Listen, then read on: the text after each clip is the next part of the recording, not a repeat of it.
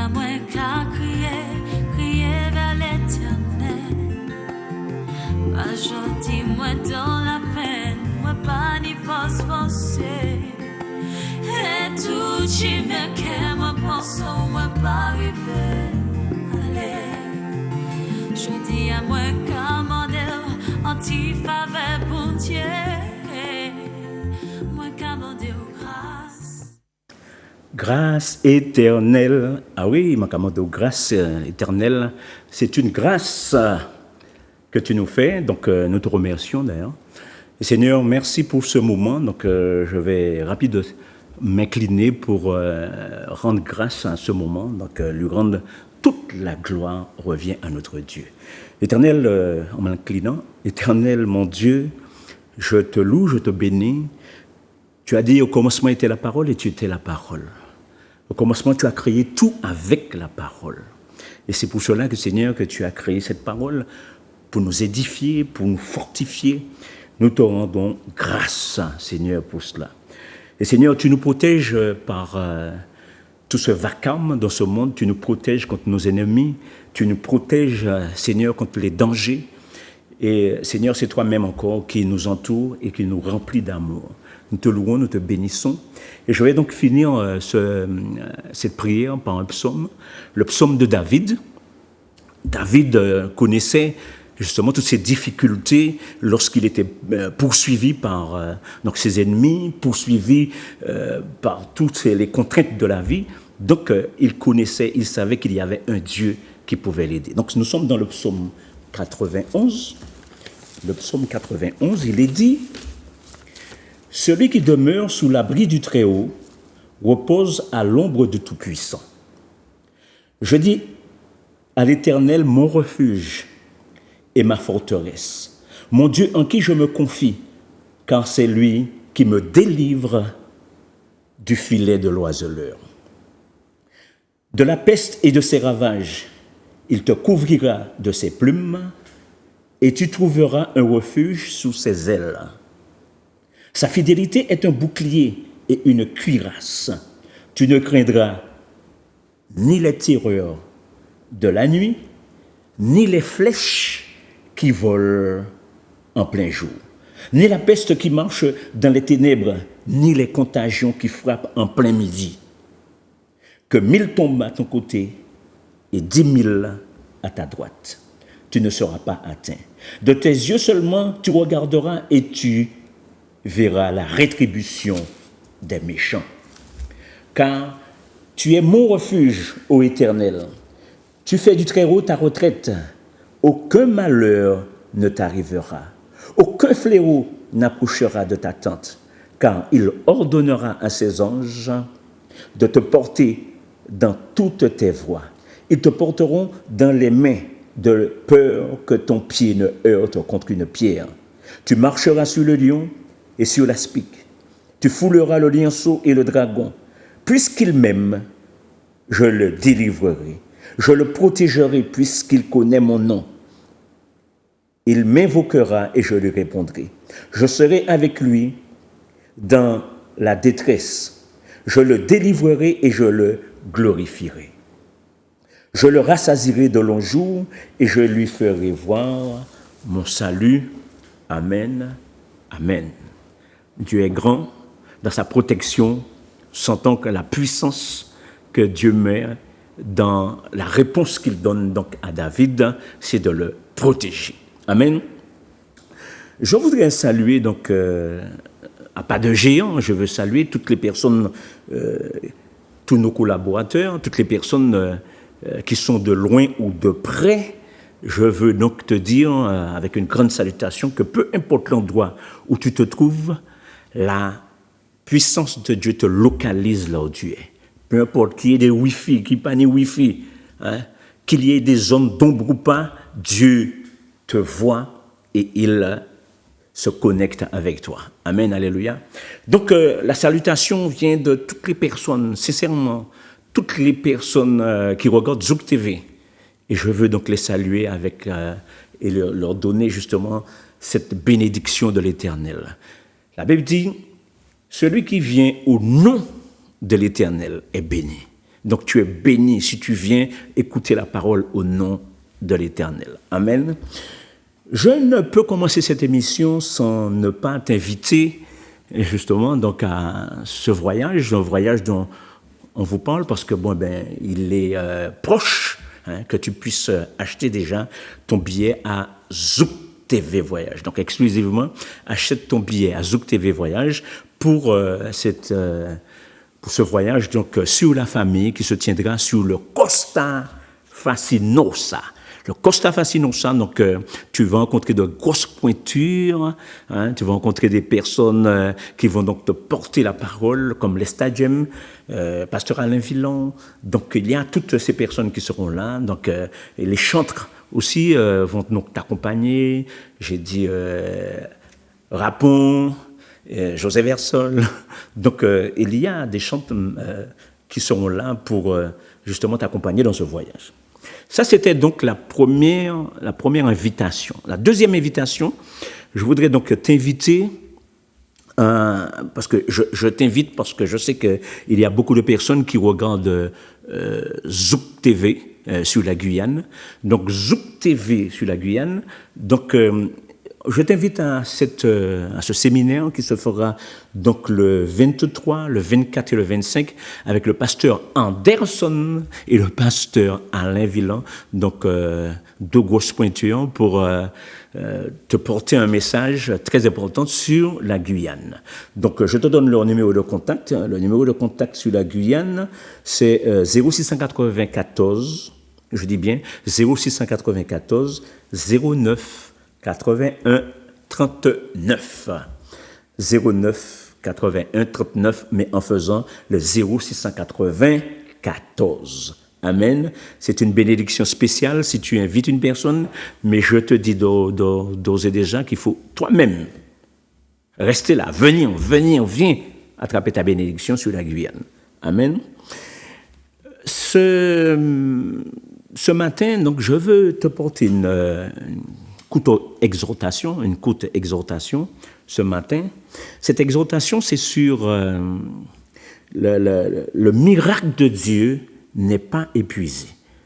Le miracle de Dieu n'est pas épuisé. Et pour entrer dans le vif du sujet, je veux te dire quelque chose déjà. J'ai rencontré cette semaine un homme sur le boulevard Général de Gaulle à Fort-de-France. Et cet homme, un ami, un collègue, et je suis sûr qu'il me regarde en ce moment, je le bénis dans l'amour puissant de Jésus-Christ de Nazareth, je le bénis. Et cet homme, nous sommes sur le boulevard et on parlait de tout et de rien, et je lui demande ses nouvelles. Content de le voir, je lui dis, mais mon frère, il y a longtemps qu'on ne s'était pas vu, parce qu'il est porté à la retraite, ça fait déjà un moment, et je lui dis, content de te voir, alors comment vas-tu? Et il me répond, ah ouais, moi là, moi qu'à attendre l'amour. Non, non, mais attends, j'arrive pas à comprendre. Ce qu'il a exprimé là, en disant qu'il attend la mort, c'est beaucoup de personnes expriment ces mêmes choses. Mon frère, parmi tout ce qu'il y a à attendre, comment peux-tu dire que tu attends la mort? Et il y a beaucoup de personnes qui pensent de la même manière. Et moi, je dis non, je refuse de penser comme ça. Pourquoi? Parce que il y a beaucoup de choses à espérer. Il y a beaucoup de choses à attendre dans cette vie. Il y a des gens qui pensent que lorsque Dieu est capable de guérir une petite maladie, mais quand c'est une grosse maladie, Dieu n'est pas capable de le faire. On croit que Dieu est capable de pouvoir faire des choses, créer le monde, mais lorsqu'on est près de la tombe, que Dieu n'est pas capable de te ressusciter. Que Dieu n'est pas capable de faire un miracle, mais brusquement, tout à coup. Où est le Dieu que tu es en train d'adorer? Où est ce Dieu que tu fais confiance? Il existe ou il n'existe pas? Si tu crois en Dieu, tu peux croire que ces miracles ne sont pas épuisés. Parce qu'on dit, mais Dieu a béni telle personne. Dieu a fait un miracle pour telle personne. Tu sais pourquoi ton miracle n'est pas encore arrivé? c'est parce que tu dois attendre encore et tu dois aussi t'humilier quelquefois. Tu dois attendre ton miracle, mais à coup sûr, tu es sûr que le miracle viendra. Ton miracle viendra. Tu l'as demandé à Dieu, il faut croire que Dieu n'est pas un Dieu pour mentir, ni un fils de l'homme pour se repentir. S'il t'a dit, et si tu crois que Dieu va te guérir, que Dieu va faire un miracle pour toi, même quelquefois où tu ne t'attends pas de ce miracle, il le fera pour toi. Et dans cette courte exhortation, je veux justement te prouver que Dieu est un Dieu de miracles, que ces miracles ne sont pas épuisés, que ce que tu penses que Dieu ne va pas le faire, il le fera pour toi.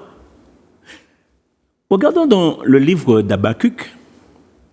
Habakkuk, c'est un prophète qui est arrivé à un moment de trouble. Et ce moment de trouble, les gens faisaient n'importe quoi. Les gens disaient n'importe quoi. Habakkuk arrive et a prié Dieu. Il supplie Dieu pour l'exhortation d'Israël. Il supplie Dieu.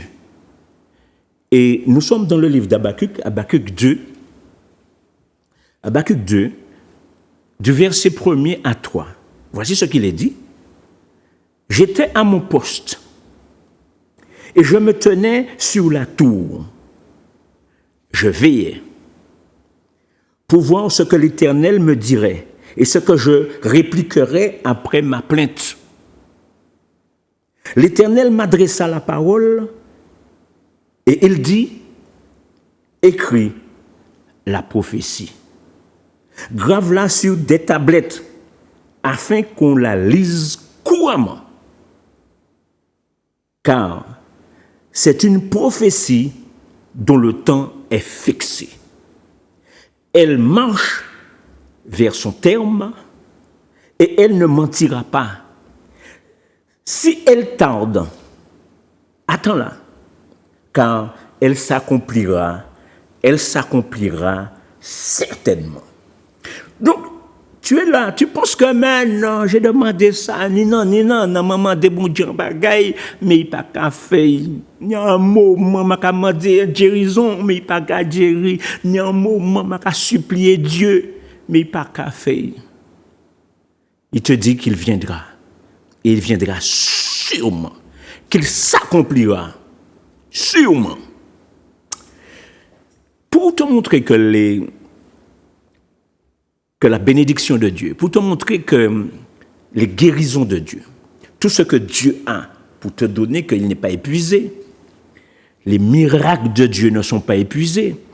Je veux te parler de l'Ancien Testament, du Nouveau Testament, c'est-à-dire te parler de l'Église primitive et te parler de notre ère d'aujourd'hui. Te parler aussi de notre comportement vis-à-vis de l'Église primitive et aujourd'hui, ce que nous sommes en train de faire. Tu vas voir qu'il n'y a pas de différence. Tu vas voir que les choses sont des mêmes manières, même prêles, même bêtes. Donc, les choses qui existaient déjà existent encore aujourd'hui. Nous sommes dans le Nouveau Testament et c'est Jean-Baptiste, écoute bien, c'est Jean-Baptiste qui va venir donc annoncer le Seigneur. C'est Jean-Baptiste qui va venir prêcher dans le désert de Judée. Et il va crier dans le désert et les gens vont courir pour écouter ce qu'il est en train de dire. Que va-t-il dire? Il va dire, repentez-vous. Repentez-vous, parce qu'il y a une personne qui arrive après moi. Il est plus grand que moi. Moi, je ne suis pas digne de délier les courroies de ses souliers. Venez, repentez-vous, lâchez tout ce que vous avez. Et il dit, préparez le chemin du Seigneur. Si moi, je vous baptise d'eau, mais celui qui vient après moi vous baptisera de l'Esprit, l'Esprit Saint. Bien-aimés, les gens ont fait vite de venir. les gens ont fait vite de venir parce qu'ils s'attendaient à quelque chose de grand, quelque chose de miraculeux, quelque chose d'une délivrance. Pourquoi une délivrance? La délivrance d'Israël. C'est parce que Alexandre le Grand, un peu d'histoire, Alexandre le Grand avait remporté la guerre contre les Mèdes et les Perses. Donc il était victorieux devant les Mèdes et les Perses. Mais ne voilà-t-il pas que les Romains sont venus lui arracher la victoire? Ils ont arraché la victoire d'Alexandre le Grand, les Romains. Et à ce moment-là, ils ont commencé à dominer tout le monde, toute la planète. Alexandre le Grand, qui était victorieux sur les Mèdes et les Perses, mais ne voilà-t-il pas que les Romains ont commencé à dominer, et particulièrement les Juifs. Voici, ces Juifs-là, donc, étaient couverts donc, de travail difficile, étaient sur surveillance. Alors donc, les Romains étaient là et étaient en train de travailler ensemble. Donc lorsque Jean-Baptiste arrivait et disait cela, c'est parce que les gens, c'est à ce moment-là que Jésus est arrivé en même temps. Dans ce trouble, Jésus arrive. Et l'espoir renaît, parce que les gens pensaient que si Jean-Baptiste était en train de dire ça, et que si Jésus était là, que Jésus serait venu pour les délivrer. Mais ils pensaient à une délivrance politique. Ils ne pensaient pas à une délivrance spirituelle. Ils pensaient à une délivrance politique. Et cette délivrance politique, ils sont en train d'attendre. Mais Jésus va apporter un réveil. Jésus va apporter des miracles. Et les gens vont commencer à s'étonner. Les gens vont commencer à dire, mais oui, déjà bébé, déjà enfant, on venait pour l'adorer. Et là, Jésus va créer ce qu'on appelle donc les disciples. Et les disciples, il va donc leur donner justement comment organiser donc l'Église. Comment organiser, je vais dire pas l'Église, mais comment organiser la parole de Dieu. Comment il faut aller par tout le monde et prêcher la bonne nouvelle. Celui qui écoutera, celui qui entendra, et celui qui va le mettre en pratique sera sauvé. Celui qui sera baptisé. Donc, au fait, Jésus va venir et va mettre des instructions cultuelles. Et là, il sera vite porté à la croix. Et sur la croix, donc Jésus va mourir et ressusciter de mort le 3e jour. L'Église commence à devenir un peu triste. Pas l'Église, mais le peuple commence à devenir un peu triste. Et les apôtres vont se regrouper. Les apôtres vont commencer à prier. Nous sommes dans la période de la Pâque. Et là, on va former ce qu'on appelle donc l'Église. L'Église est formée. Pendant que cette Église-là est formée, les miracles commencent à venir. Ouais, miracles commencent à venir. Les apôtres vont prier et il y a 3000 âmes qui vont être sauvées. 3000 personnes vont venir pour donner leur vie à Christ. Malgré Christ n'est plus là, mais Christ continue par les apôtres à œuvrer, à faire des miracles, à attirer les gens vers Christ, à attirer, aspirer les gens. La parole t'aspire. Amen. Et il y a quelque chose qui nous dit, donc il y a une parole qui nous dit dans Acte 4, verset 24, je vais le lire pour toi. Acte 4. Nous sommes dans Acte 4, à partir du verset 24. Il est dit, lorsqu'ils eurent entendu, ils élevèrent à Dieu la voix, tous ensemble, et dirent, Seigneur, toi qui as fait le ciel et la terre, la mer et tout ce qui s'y trouve, c'est toi qui as dit par le Saint-Esprit, par la bouche de notre Père, ton serviteur David. Pourquoi ce tumulte parmi les nations et ces vaines pensées parmi les peuples? Les rois de la terre se sont soulevés et les princes se sont ligués contre le Seigneur et contre son oint. En effet, contre ton saint serviteur Jésus que tu as oint. Hérode et Ponce Pilate se sont ligués dans cette ville avec les nations et avec les peuples d'Israël. Pourquoi faire? Pour faire tout ce que ta main et ton conseil avaient arrêté d'avance. Et maintenant, Seigneur, vois leurs menaces et donne à tes serviteurs d'annoncer ta parole avec une pleine assurance.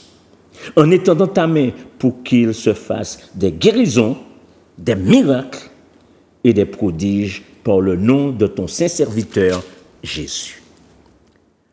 C'est à la belle. Le verset 31 de Acte 4 te dit, il faudrait que tu enregistres cela. Quand ils eurent prié, le lieu où ils étaient assemblés trembla. Et ils furent tous remplis du Saint-Esprit. Et ils annonçaient la parole de Dieu avec assurance. Amen. Ils annonçaient des paroles avec assurance et les miracles, la Bible nous dit, ont commencé à renaître. Et là, on voit qui c'est qui arrive? Le jeune Étienne. Étienne était jeune et il va parler de Christ, il va parler de la résurrection. Et il dit, bon, on peut là, on va parler de la résurrection, nous peut là, sorti là. Et il continue à parler de la résurrection. Et on va lapider Étienne à mort. Mais lorsqu'on le lapide dans Acte 7, il va lever ses yeux vers le ciel. Et il va dire que je vois le Seigneur sur son trône. Et il va faire une recommandation au Seigneur. Il va dire, Seigneur, ne les impute pas ce péché. Non. Il fait ça, ne les impute pas ce péché. On a lapidé Étienne et le linge d'Étienne même était sur un jeune homme. Il n'est pas encore arrivé sur la scène. C'était l'apôtre Paul, donc Saul de Tarse. Le linge d'Étienne était posé près des pieds de Saul de Tarse, l'apôtre Paul. Un peu plus tard, l'apôtre Paul, sur la route de Damas, va entrer en jeu. Il va donc se connecter avec le reste des apôtres.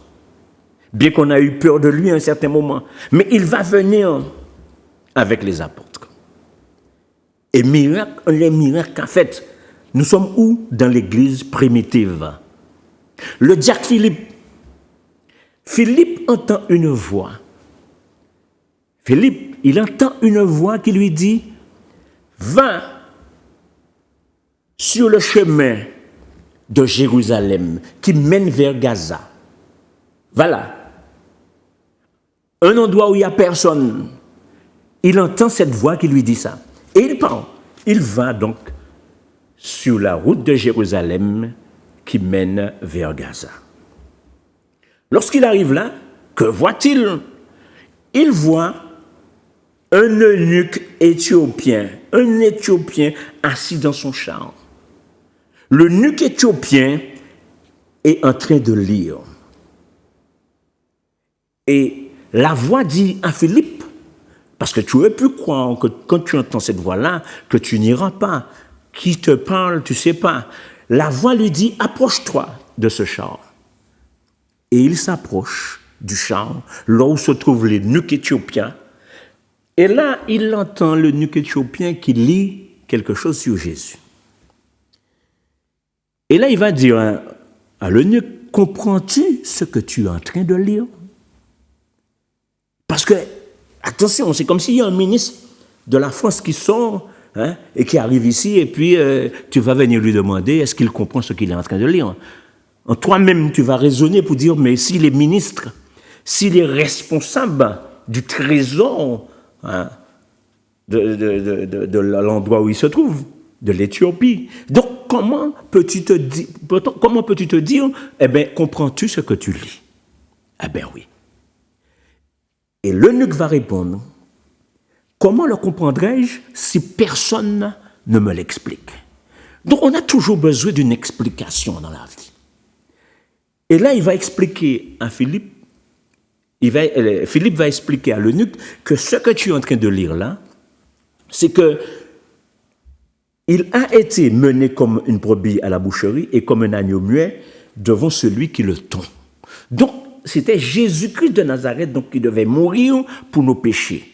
Et il fallait justement que nous puissions nous rapprocher de lui par le baptême. Et tout de suite, à l'instant T, l'eunuque voit de l'eau. Et il dit à Philippe, voici de l'eau. Qu'est-ce qui m'empêche d'être baptisé? Et là, Philippe s'en va, le baptisant au nom du Seigneur Jésus. Ça, c'est un miracle. Une personne qui était perdue, malgré la grandeur de son ministère sur terre, malgré la hauteur de son travail, malgré de là où il est, sa situation, tu as compris? Donc, ça veut dire que cet homme-là, eh bien, il accepte de marcher avec Christ. Il accepte de marcher avec Jésus-Christ de Nazareth. Miracle pas jamais fini. Ni miracle en les miracles. Et les miracles jusqu'ici se font ça et là. Il y a des miracles. Peut-être que ton miracle n'est pas arrivé. Mais il a. Il a. Sois béni. Sois béni, tu le recevras ton miracle. Il n'est pas épuisé. Il y a une chanson qui dit « Soyez béni, au nom de Jésus. » Alléluia. Ton miracle est là. Attends-le. Il viendra sûrement. Il y a quelque chose qui va donc se faire. Pendant que l'Église primitive est en train donc d'avancer, Hérode, le tétrarque, Hérode va maltraiter l'Église. Il va faire mourir Jacques, le frère de Jean, par l'épée. Et à la vue, il a trouvé que c'est agréable pour les Juifs. Les Juifs là aiment ça. Et il va dire, ben, comme les Juifs aiment ça, je vais faire mourir, je vais faire emprisonner. Je vais emprisonner donc Pierre. Et je vais juger son affaire après la Pâque. Donc la Bible nous explique que Hérode va mettre Pierre en prison sous une escouade de 4 soldats. Donc il y a plusieurs groupes de 4 soldats. On l'enchaîne Pierre sur 4 soldats et il est dans la prison. Mais je veux te faire comprendre, le plus souvent, lorsqu'un miracle arrive, c'est parce qu'il y a aussi de la prière derrière. Ou encore toi qui vas à l'examen, par exemple, tes parents sont en train de prier pour toi. Tu cherches un travail ou tu as encore un rendez-vous professionnel. Il y a des gens qui prient pour toi. L'Église prie pour toi. Tes parents prient pour toi. Toi-même, tu te mets aussi en prière. Et lorsque cet ensemble de prières arrive, il y a une puissance qui ouvre les portes de la bénédiction, qui ouvre les portes du miracle. Bien-aimés, voici cet homme en prison, mais l'Église primitive, l'Église était en prière. Parce qu'il savait que l'Église était persécutée aussi. Tout le monde priait. Et là, pendant que Pierre est en prison, une lumière apparaît. On aurait dit un songe, on aurait dit un rêve, on ne pas savoir qui nous le bailli. Mais il est dans une réalité, il ne sait même pas qu'il est dans une réalité.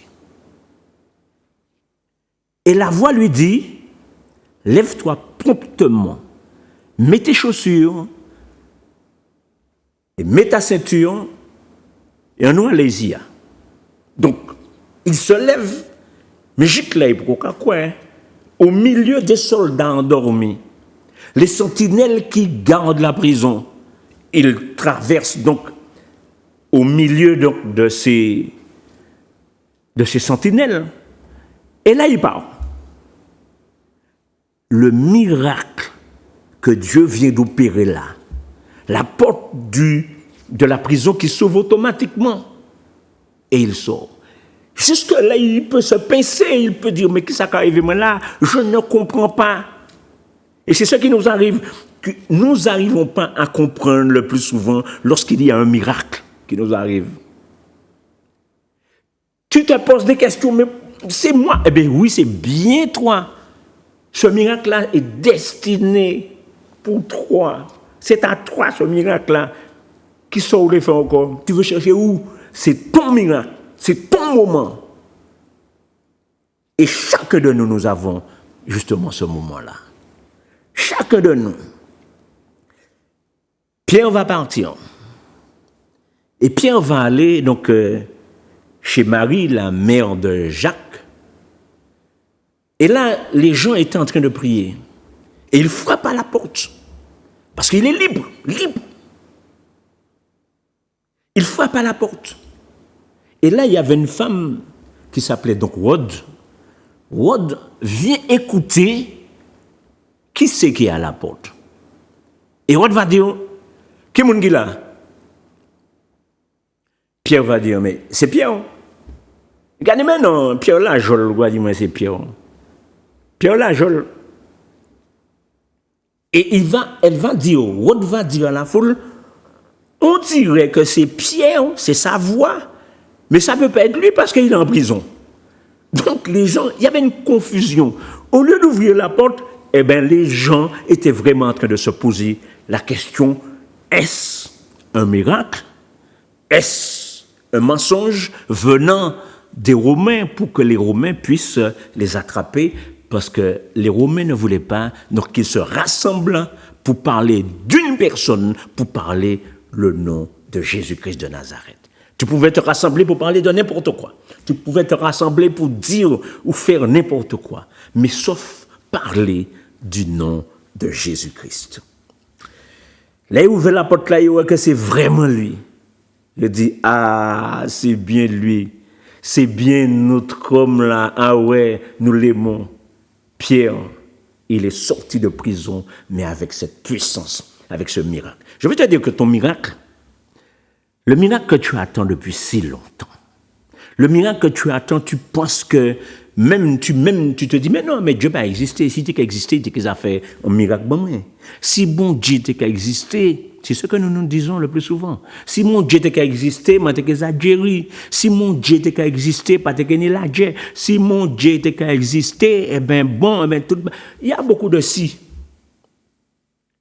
Mais croyons que le Seigneur, que Dieu existe et qu'il continue à faire ses miracles au moment où il veut, au moment le plus souvent où toi-même tu ne t'attends pas. L'apôtre Paul va entrer justement en jeu. Nous savons tous que l'apôtre Paul, à un certain moment, il arrive sur la route de Damas, et c'est sur la route de Damas que le Seigneur l'a aveuglé. Et le Seigneur va lui dire, Paul, donc, et il va dire, qui es-tu, Seigneur? Et Jésus va lui dire, je suis Jésus de Nazareth, celui que tu persécutes. Celui que tu persécutes. Et là, il va se refaire, il va entrer vraiment dans la conversion. Il va se convertir et on va plus le reconnaître.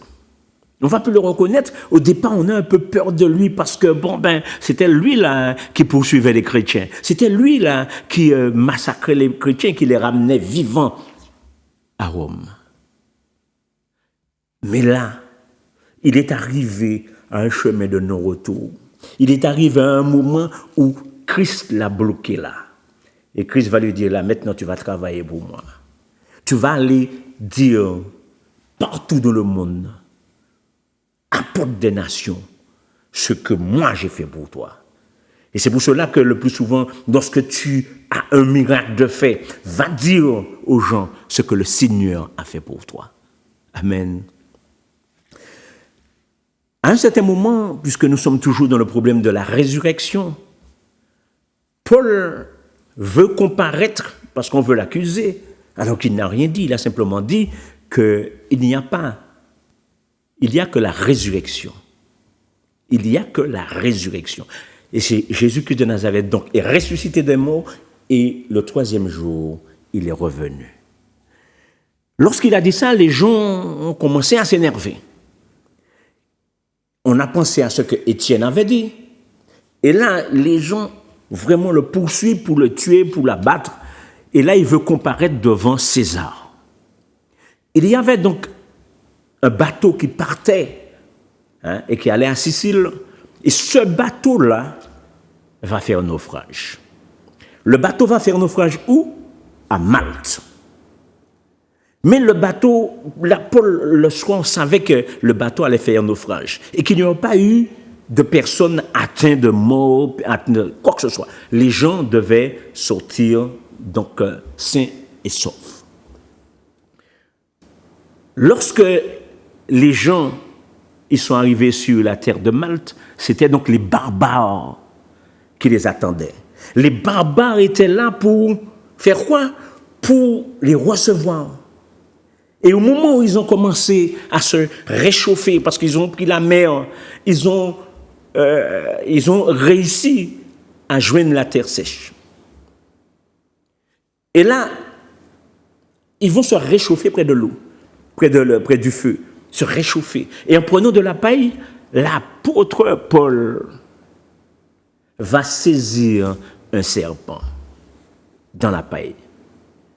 Alors les barbares qui étaient donc en train de regarder la scène, vont dire, ah, Thibaut a maudit, hein?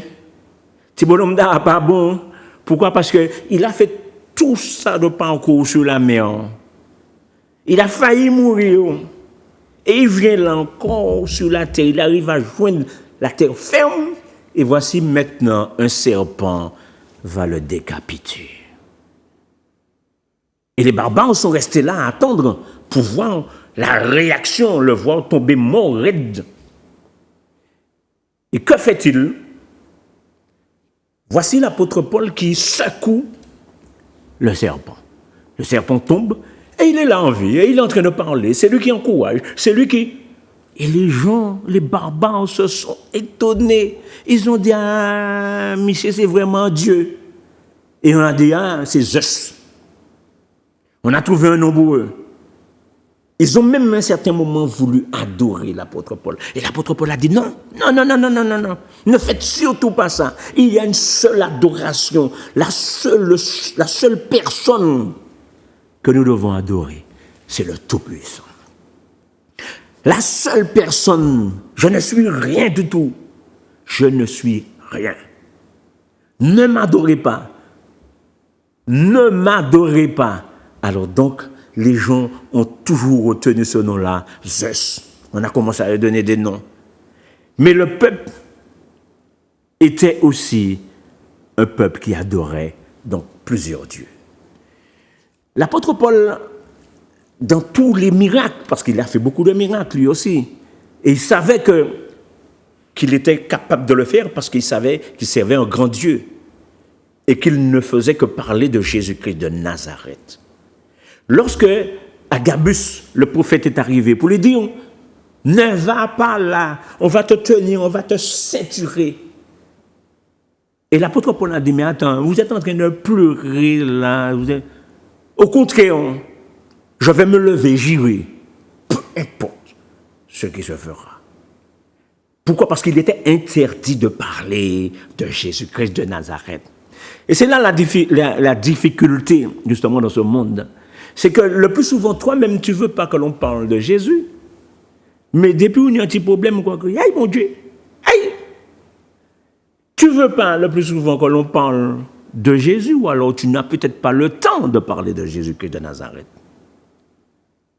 Mais lorsque tu es dans ta solitude, parce que tant que nous sommes dans ce monde, nous sommes préoccupés dans ce monde par nos activités, la vie sociale, nous sommes préoccupés par notre business.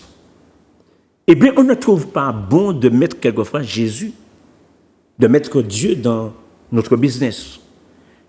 Et c'est là qui fait que lorsque nous nous retrouvons le soir seuls, il n'y a pas de collègues, il n'y a pas d'amis, même si ton mari ou ta femme dort auprès de toi, quand l'une des deux prendront sommeil, eh bien, figure-toi, tu es seul, avec ton esprit. Tu es seul parce qu'il y a un seul Dieu. C'est lui seul qui te conduit. C'est lui seul qui te mène. Et c'est à ce moment-là, tu es en train de te poser la question.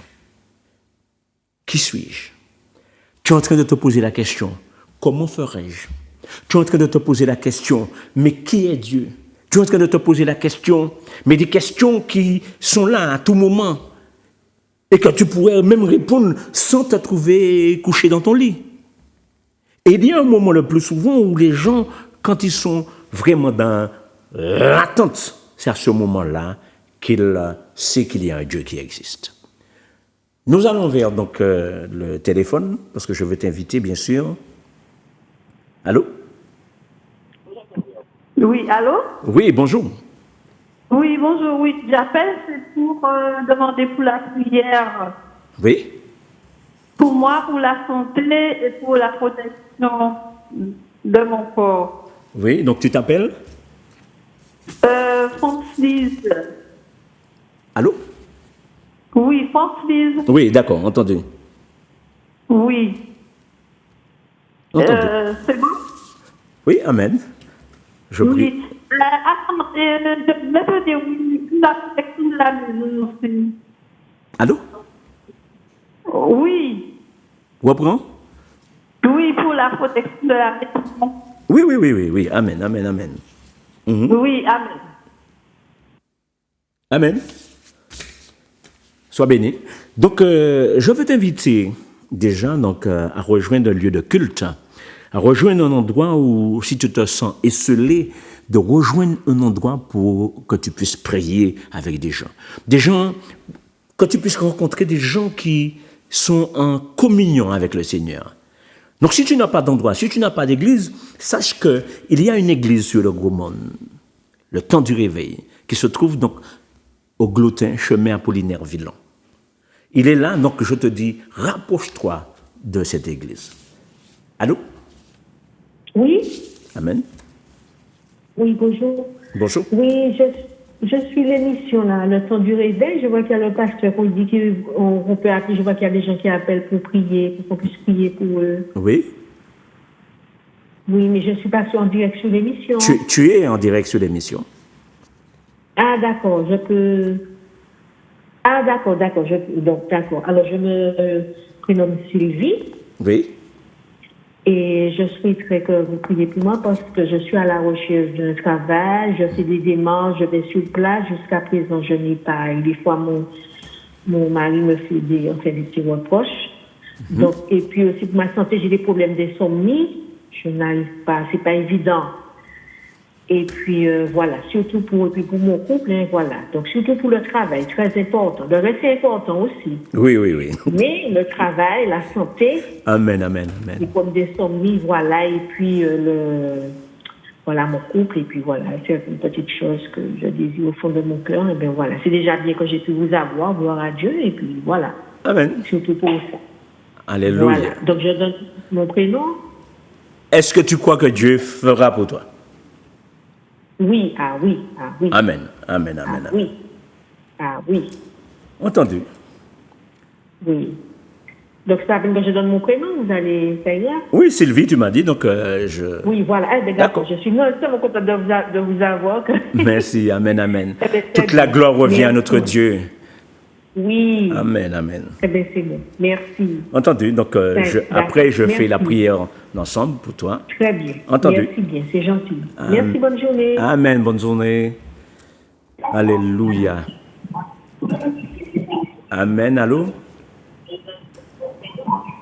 Allô? Allô, oui. Oui, bonjour. Bonjour. Oui. Oui, j'appelle pour demander au pasteur si c'est pour moi pour les genoux, que j'ai des douleurs aux genoux et aux chevilles aussi, aux pieds. Et puis, depuis le mois donné, j'ai un écho que je n'arrive pas à dormir parce que tous les soirs, les sourds. Tu m'appelles de quel côté?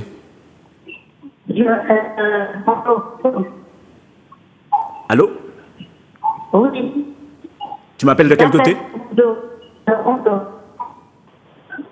Non, c'était en pointillé, donc j'ai pas su entendre. Allô, allô? Allô, oui. Oui, ton prénom c'est quoi? C'est Georges. Non, j'ai pas entendu. Georgette. Jean? Georgette. Bon. D'accord, donc c'est vraiment pointillé, donc on n'arrive pas à bien saisir le prénom, le nom, ou même ce que tu dis. Bon, c'est vraiment pointillé, mais il n'y a pas de problème. Le Seigneur sait toutes choses et dirigera la prière sur toi. Depuis le mois de mai, Gécola, il est dans ma maison, il ne sort pas et ça, la nuit, j'arrive pas à bien dormir à cause du pluie. D'accord, voilà. d'accord. Alors, le prénom, c'est quoi? Georgette. Jean? Jette. Ah, ok. Voilà. Entendu. D'accord, merci beaucoup. Alors, donc, eh bien, sans plus tarder, je vais donc commencer donc la prière. Donc, Dieu Tout-Puissant, nous te rendons grâce, Seigneur. Tu entends toutes choses et tu sais, Seigneur, chaque personne qui nous a interpellés, Seigneur, pour la prière, chaque personne, Seigneur, tu agis comme bon te semble. Tu fais, Seigneur, ce que tu veux. Tu es un grand et nous croyons, Seigneur, que tu es un Dieu de miracles et que si tes miracles ne sont pas épuisés, que tu vas encore toucher, Seigneur, Francelise de là où elle est, Seigneur. Donne-lui la protection, Seigneur, de ton esprit, Seigneur. Donne-lui, Seigneur, cette double, Seigneur, portion, Seigneur, de puissance, de force, afin qu'elle marche, Seigneur, vers toi. Seigneur, touche-la de la tête jusqu'à la plante des pieds. Elle a besoin de toi, Seigneur. Tu as entendu, Seigneur, son cri. Francelise, mon Dieu. Tu entends, Seigneur, son cri. Tu entends, Seigneur, sa voix, Seigneur. Et Seigneur, comme nous l'avons entendu, nous croyons, Seigneur, que tu vas la bénir. Seigneur, Sylvie, Seigneur, tu la connais, Seigneur. Tu sais ce qu'elle passe dans son couple, mon Dieu. Moi, je ne le sais pas, mais toi, tu sais toutes choses, Seigneur. Étends ta main, Seigneur, sur son couple, hein, Seigneur, afin que de mettre de l'amour, de la paix, Seigneur, de la compréhension, surtout, Seigneur, dans le couple. Hein. Et surtout, mon Dieu, elle cherche du travail. Seigneur, tu dis que si elle frappe, toi, tu ouvres, Seigneur. Et lorsque tu ouvres, personne ne peut fermer ce que tu as ouvert. Seigneur, bénis-la, Seigneur, pour qu'elle puisse trouver un travail. Et nous croyons, Seigneur, que tu n'es pas un Dieu pour mentir. Seigneur, accorde, Seigneur, ce travail à cette femme, Seigneur. Tu entends, Seigneur, la voix de Sylvie, Seigneur, qui a tellement crié vers toi, Seigneur. Tu dis simplement, attends, et tu la verras s'accomplir. Seigneur, je prie aussi pour Jean Geste, mon Dieu, qui est dans son lit, qui ne sort pas, Seigneur, et nous te demandons de lui donner une santé, Seigneur, de lui donner une force, mon Dieu, pour se lever, Seigneur, de lui donner la force du buffle, mon Dieu, et de lui rendre léger, Seigneur, afin que, Seigneur, il puisse encore parler de toi, Seigneur. Ta bénédiction n'est pas épuisée, mais nous croyons simplement que tu es un Dieu vrai et que toute cette prière n'est pas une prière en vain. Seigneur, tu as dit que la prière du juste a une grande efficacité, et nous croyons que cette efficacité est là, et c'est pour cela que nous t'avons prié. Je veux, et je te remercie, Seigneur, amen, amen. Je veux encore t'inviter, donc, demain, dimanche, je veux t'inviter à venir au Gloutin, donc, le temps du réveil. Réveille-toi, toi qui dors. Réveille-toi.